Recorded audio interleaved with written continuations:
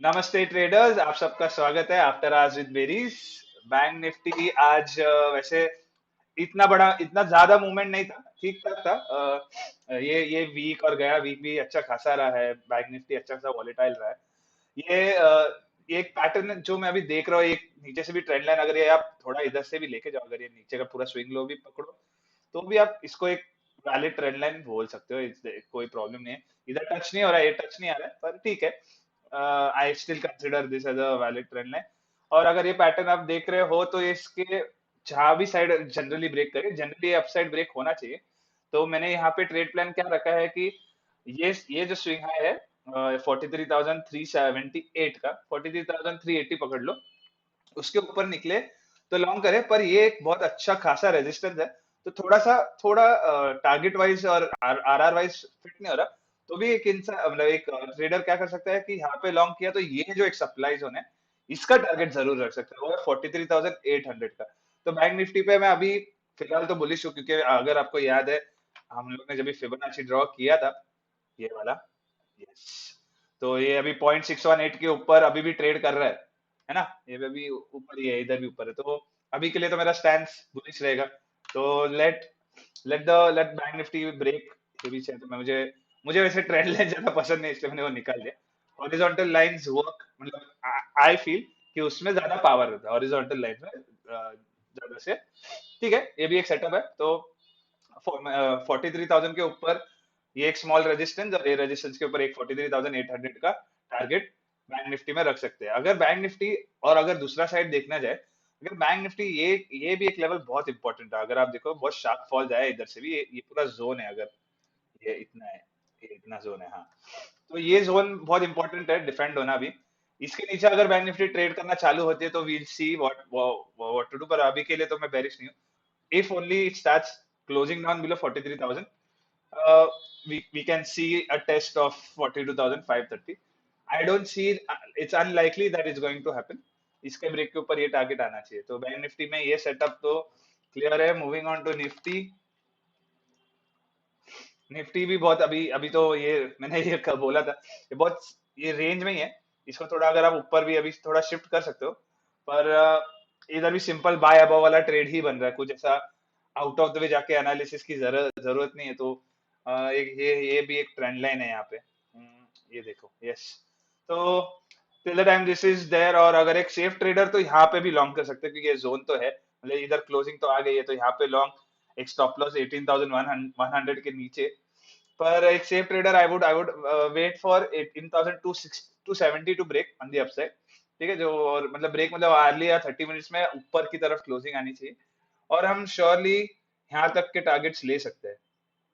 Yes, जो है 18,440 या 430 के towards. So this is the trade plan.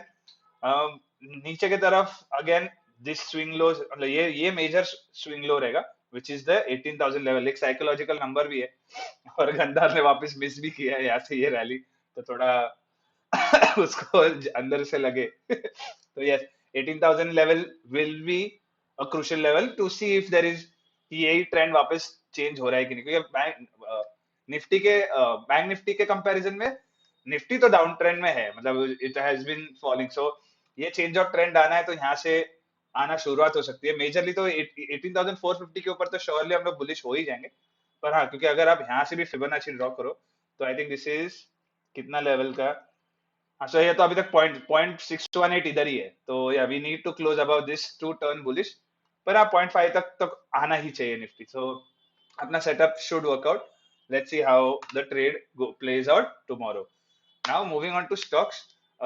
Stocks में स्टील सेक्टर, मेटल सेक्टर की तो हम लोग पहले दिन से बात करते आ रहे हैं, और आज तो बहुत ही बढ़िया मूवमेंट आया है टाटा स्टील और मतलब सारी स्टील स्टॉक्स में। और इसमें एक मिनट, इसमें एक सेटअप जो मुझे दिख रहा है सिंपल सा, भी ये ब्रेकआउट हो गया यहाँ पे, ये एक डिमांड जोन क्रिएट हो गया, ये जोन भी क्रिएटेड था। दो टाइप के सेटअप अभी मेरे को यहाँ दिख रहे हैं, और ये दोनों मैं लूंगा। एक रहेगा इसका रीटेस्ट विच इज 116, और दूसरा रहेगा ये वाला रीटेस्ट जो ये। तो अभी आप जैसे जैसे ट्रेडर हो, आपको अग्रेसिव एंट्री लेनी है, तो क्योंकि मैं तो दोनों लेने वाला हूँ, क्योंकि दोनों मेरे सेटअप बहुत फेवरेट है। तो ये दो सेटअप्स, ये डिमांड जोन के लिए एक आप और क्या कर सकते हो to increase your accuracy, instead आप वीकली का क्लोजिंग का वेट करो, और फिर अगर उसके बाद प्राइस 113 के जोन में आती है, तो बहुत मतलब it increases the chances, because ये अगर फेक आउट है, वीकली में अगर फेक आउट है, तो ये इसके नीचे क्लोज हो जाएगा, तो ट्रेड इनवैलिड हो जाएगा। सो वीकली सेटअप के ट्रेड के लिए क्या करो कि weekly closing above, mostly above 115 116 चाहिए, और फिर अपने को 113 का रिट्रेस मिले और रीटेस्ट, तो वीकली पे। डेली के लिए कल यहाँ पे प्राइस मिलेगी, लॉन्ग करो, सिंपल है। डेली में कल का इंट्राडे, ये इंट्राडे ट्रेड हो जाएगा, 116 पे लॉन्ग करो। दूसरा है इंडसइंड बैंक। इंडसइंड बैंक में अरे अच्छा, इंडाइसिस में हूँ मैं इसलिए, ओके। हाँ, ये यहाँ पे एक सिंपल सा अगर आप देख रहे हो, ये रेजिस्टेंस पे अभी मैंने हमेशा आपको बोला है कि जितना टाइम स्पेंड करेगा, एक बहुत ही अच्छा सेटअप है ये। और क्योंकि ऊपर अभी ये यहाँ का एक सप्लाई था, ये देखो, ये एक कैंडल है, एक सप्लाई था, तो एक दो तीन चार पाँच छह सात, बहुत ज्यादा बार अभी अब्सॉर्ब हो गया है। तो अभी एक भी एनी मूव, अभी ये मैं थोड़ा देखो, ये रेजिस्टेंस जैसे प्राइस आपको होती है, तो रेजिस्टेंस भी आपको मूव करना है, उसमें कोई प्रॉब्लम नहीं होता, क्योंकि इसलिए मैं जोन्स ड्रॉ करता हूँ। जनरली ये मेरा जोन होता है, ये देखो, ये इधर से ये पूरा जोन होता। तो अभी मैं क्या करूंगा, ये क्या लेवल आ रही है, 1273 या 1275 बफर रख के, 1280 भी रख सकते हैं, और पावर सेफ सेफ देना है। अगर प्राइस डेली में 1270 के ऊपर, 1280 के ऊपर क्लोज करती है, इंडस इंड बहुत ही बढ़िया लॉन्ग होगा। ये बहुत अच्छा कंसोलिडेशन है, तो जैसे जितना बड़ा कंसोलिडेशन उतना बड़ा ब्रेक, तो जनरली ऐसे ब्रेक्स का रिटेस्ट नहीं मिलता, और इसलिए मैंने बोला क्लोजिंग के बाद लॉन्ग जाने की, मतलब लॉन्ग जाने का सेटअप बन सकता है। तो भी मैं तो रिटेस्ट के लिए वेट करूंगा, पर नहीं हुआ तो ये अच्छा खासा टारगेट है इधर, फिर इसको ऊपर 1600 तक का टारगेट है, तो ये ट्रेड भी ध्यान में रख सकते हैं। Gunner, anything you have in your radar? हाँ, दो ट्रेड आज मैंने काइंड ऑफ फंडामेंटल बेसिस पे लिए हैं, दोनों ऑयल सेक्टर में है। एक तो मैंने लिया है ओएनजीसी। सेटअप कुछ खास है नहीं उसका, मतलब टेक्निकल चार्ट्स पे काइंड ऑफ उसने डबल बॉटम बनाया है, अभी ऊपर की तरफ जा रहा है। कुछ बहुत ग्रेट टेक्निकल सेटअप है नहीं। लेकिन एक चीज मैंने नोटिस करी कि गवर्नमेंट ऑफ इंडिया का जो बॉन्ड का रेट है वो भी 7% के आसपास है। ओके। ओएनजीसी का करंट डिविडेंड यील्ड 7% के आसपास है, और प्राइस टू अर्निंग 5 के नीचे है।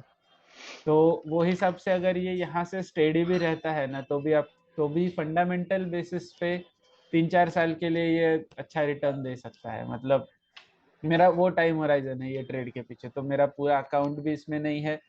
क्वांटिटी भी मैंने कम रखी है, और मैंने इक्वली एक्चुअली स्पेस किया हुआ है ओएनजीसी, और दूसरा हो गया oil India limited. Oil India का भी सिमिलर स्टोरी है, 7% के आसपास डिविडेंड यील्ड है उसका, तो प्राइस टू अर्निंग मेरे ख्याल से 3 या 4 कुछ। तो दोनों companies kind of beaten down earnings है, लेकिन मे बी आउटलुक पॉजिटिव ना होने की वजह से काफी लो प्राइस पे अवेलेबल है। और हाँ, ग्रांटेड पीएसयू है, हम लोग जनरली बोलते हैं कि पीएसयूज नहीं हम ट्रेड करते वगैरह।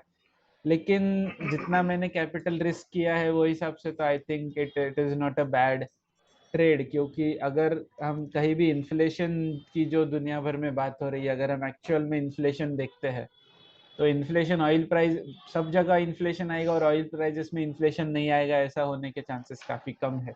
मिडल ईस्ट का ऑयल प्रोडक्शन में भी थोड़ा सा सस्पिशियस डेटा है, जो मैंने हाल फिलहाल में मैंने देखा था कि कुछ कुछ जगह से एट कैपेसिटी प्रोडक्शन नहीं हो पा रहा है।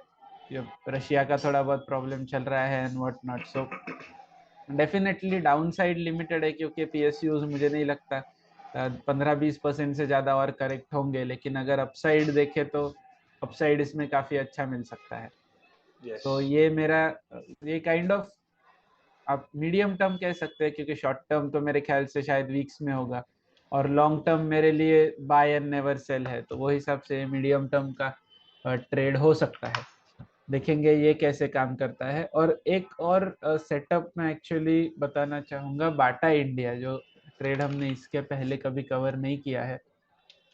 लेकिन बाटा इंडिया का प्रेजेंट सेटअप जो है, अगर थोड़े बड़े टाइम फ्रेम पे देखें, हाँ, तो ये अभी का जो प्राइस है उसका 1650 के आसपास का, वही प्राइस के आसपास उसने पहले 2 बार रेजिस्टेंस लिया है और 3 बार अभी सपोर्ट लिया है। तो ये काइंड ऑफ उसका एक जिसको हम कह सकते हैं कि रिएक्शनरी लेवल है। यहाँ पे आने के बाद स्टॉक रिएक्ट करता है। तो जिस तरह से वो एक कॉन्ट्रैक्शन दिखाते हुए 1650 के आसपास आके अभी फिर से ऊपर जा रहा है, मुझे तो लग रहा है कि बाटा यहाँ से थोड़ी बहुत रैली दे सकता है, एटलीस्ट बजट तक तो दे ही सकता है। लास्ट क्वार्टर है साल का, ये तो अच्छा कहीं सेटअप है, ना कहीं ये बहुत अच्छा सेटअप बना है। हाँ हाँ हाँ वो है।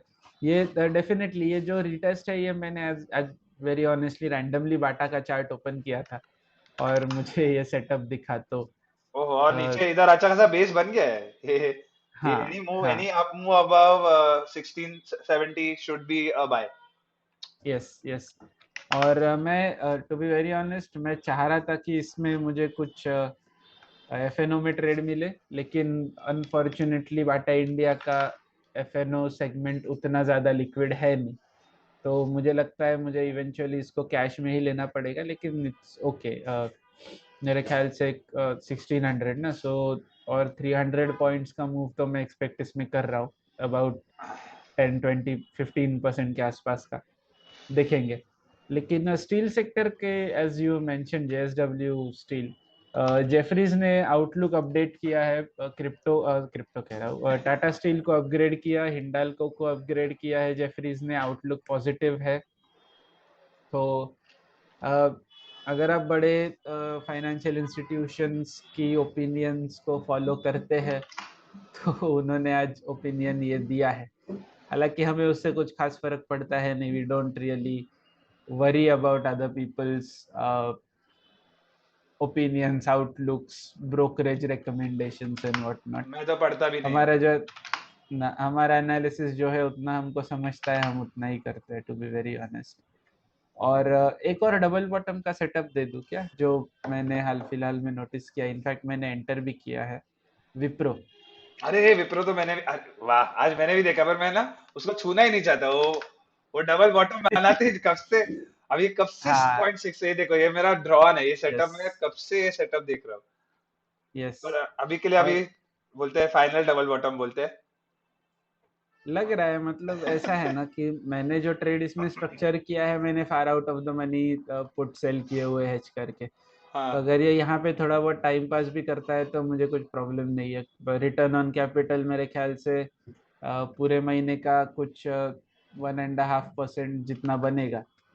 और सिट मतलब स्लीप ऑन इट टाइप का ट्रेड है, उसमें आपको कुछ करने की जरूरत है नहीं, बस वो एंड ऑफ द मंथ आपको डायरेक्टली उसमें प्रॉफिट दिखेगा। सो इसके लिए मैंने लिया। और अभी क्योंकि first week of the month है, तो डेफिनेटली वहाँ पे थोड़ा बहुत प्रीमियम्स अभी भी ज्यादा है, जो फर्स्ट वीक के एंड तक प्रीमियम सब डीके हो जाते हैं।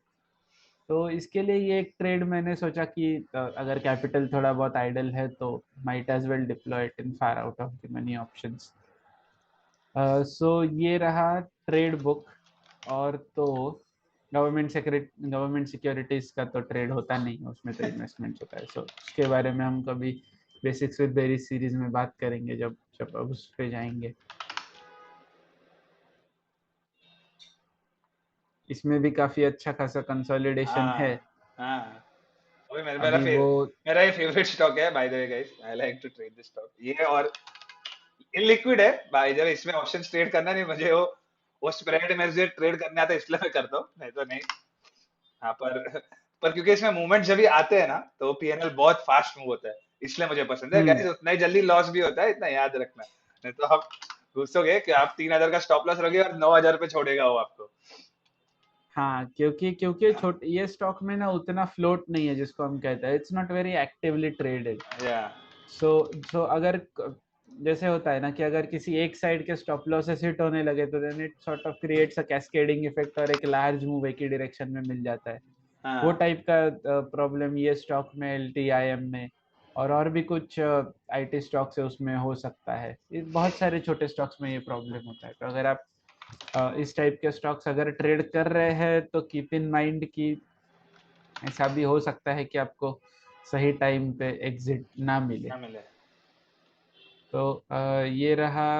ओके, साइंट में तो फिलहाल कुछ सेटअप है नहीं, हालांकि साइंट एक टाइम पे काफी अच्छे मोमेंटम में था। बहुत बहुत अच्छा मोमेंट है। हम्म। इधर किधर 192 का बाइंग था मेरा।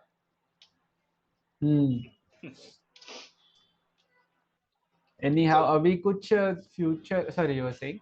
नहीं नहीं कुछ नहीं, बोला so continue. In future I think मैं कुछ एक निफ्टी का बेसिक एनालिसिस भी कर रहा हूँ, जहाँ पे जो निफ्टी के कॉमन जिसको कहते हैं इंडिकेटर्स है, जैसे प्राइस टू अर्निंग हो गया, प्राइस टू बुक हो गया, डिविडेंड यील्ड हो गया, उसके बेसिस पे कुछ निफ्टी का एसेट एलोकेशन बेस पे कुछ किया जा सके क्या, उस पर मैं थोड़ा सा अभी स्टडी कर रहा हूँ। अगर कुछ इंटरेस्टिंग मिलता है तो डेफिनेटली हम व्यूअर्स के साथ यहाँ पे शेयर कर सकते हैं, yes as a yes. Study, as a study case of course, not necessarily investment advice, क्योंकि ये सब काफी सीरियस चीजें हैं। मतलब आप अपनी सेविंग्स को किसी सिक्योरिटी में इन्वेस्ट करना है ना, सो डेफिनेटली अगर आप ऐसा कर रहे हैं, इन्वेस्टमेंट्स अगर आप कर रहे हैं, तो किसी एडवाइजर की सलाह लीजिए, रिस्क का सही से ध्यान रखिए आप क्या कर रहे हैं, और सीखते रहिए। बेसिकली वहाँ बहुत कुछ है इन्वेस्टमेंट्स में सीखने के लिए। ट्रू दैट, वो तो है। So I think let's wrap it up. Yup, let's wrap it up. Guys, thanks for tuning in to after hours with Berries. हमारे सब सोशल्स के लिंक्स आपको डिस्क्रिप्शन बॉक्स में मिल जाएंगे। टेलीग्राम चैनल है जहाँ पे हम कुछ कुछ इंटरेस्टिंग सेटअप्स और स्टॉक मार्केट से रिलेटेड चीज़ें पोस्ट करते रहते हैं। हमारा इंस्टाग्राम पेज और हमारी वेबसाइट, जहाँ पे कुछ ब्लॉग आर्टिकल्स है और कुछ और जल्दी ही आने भी वाले हैं, वो भी आप पढ़ सकते हैं। और हाँ, ये चैनल को सब्सक्राइब करिए, वीडियो को लाइक करिए और शेयर करिए उनके साथ जिनको स्टॉक मार्केट में इंटरेस्ट है, या जिन्हें ट्रेडिंग सीखना है, या इन जनरल उनको चार्ट्स देखने में मजा आता है। Thank you.